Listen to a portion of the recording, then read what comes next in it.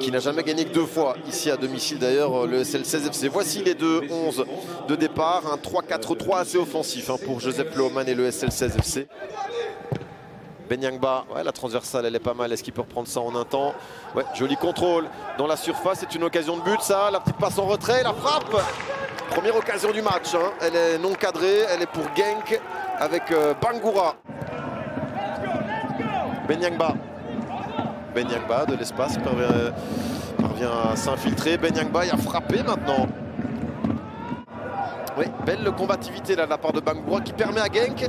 Regardez cette reconversion avec Abid toujours dans les bons coups. Abid, la petite passe en retrait, la combinaison, la frappe, que c'était bien joué de la part de Genk. Flanc droit qui laisse à désirer du côté genkois, un petit peu avec Almaziani qui a plus de mal. Bansé, récupération, attention, c'est pas rentré vers Noubi. Belle sortie de défense de Lucas Noubi et super service pour Davida qui lève la tête, le centre de Davida et avec Traoré. Ziani, ouais, toujours intéressant, balle au pied. Ziani est capable de créer véritablement ce trait de génie pour déstabiliser une défense. Ziani, le centre, premier poteau. Penders qui n'a pas eu encore de choses à effectuer d'arrêt. Ziani, le centre est pas mal. Deuxième poteau, la tête de Davida. C'était une réelle occasion de but ça pour les Liégeois. Deuxième poteau, petit crochet. Et puis là, Davida bien placé, il doit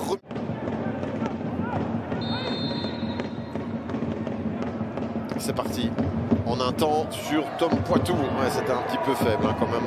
Bastien Thomas qui a voulu... qui a une super couverture de la défense liégeoise. Mawete plus précisément. C'est pas terminé pour Genk. Maintenant si. Au-dessus des Liégeois. Supérieur au niveau du press, au niveau de la récupération, de la domination. Mais au fil de la première mi-temps, les Liégeois qui ont quand même bien rééquilibré les choses. Bangoura qui est libre dans la deuxième ligne. On l'a vu. Bangoura qui fait tourner vers Romens. Bonne balle pour Abid. Abid qui rentre dans le jeu. La frappe d'Abid. Elle n'est pas passée très loin. Elle a même été touchée par Tom Poitou.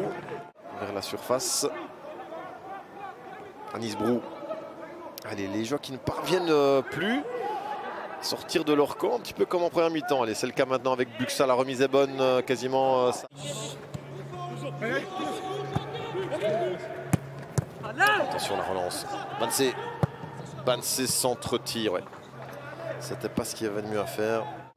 Qui en a déjà mis au fond des balles comme celle-là. Et ce sera Bansé. Ah non, ce sera Bansé qui donne cela superbement.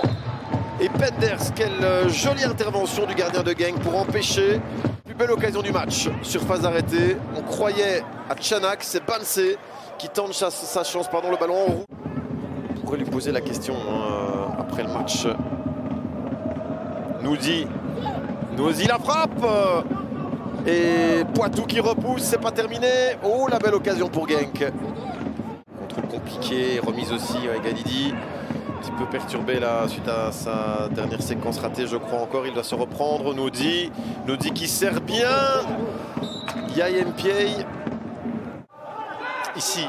Et alors, ouais, ce petit anti-jeu juste après. Chanak en retrait. Autekid qui laisse à Ziani. La frappe, Penders qui repousse à l'occasion pour Ilyes Ziani. Et Benyangba de l'autre, où Yaye Mpiei aussi sont restés très discrets. Voilà, c'est terminé, 0-0. Pas de vainqueur dans ce match très important pour le maintien. Je dirais que c'est Virton.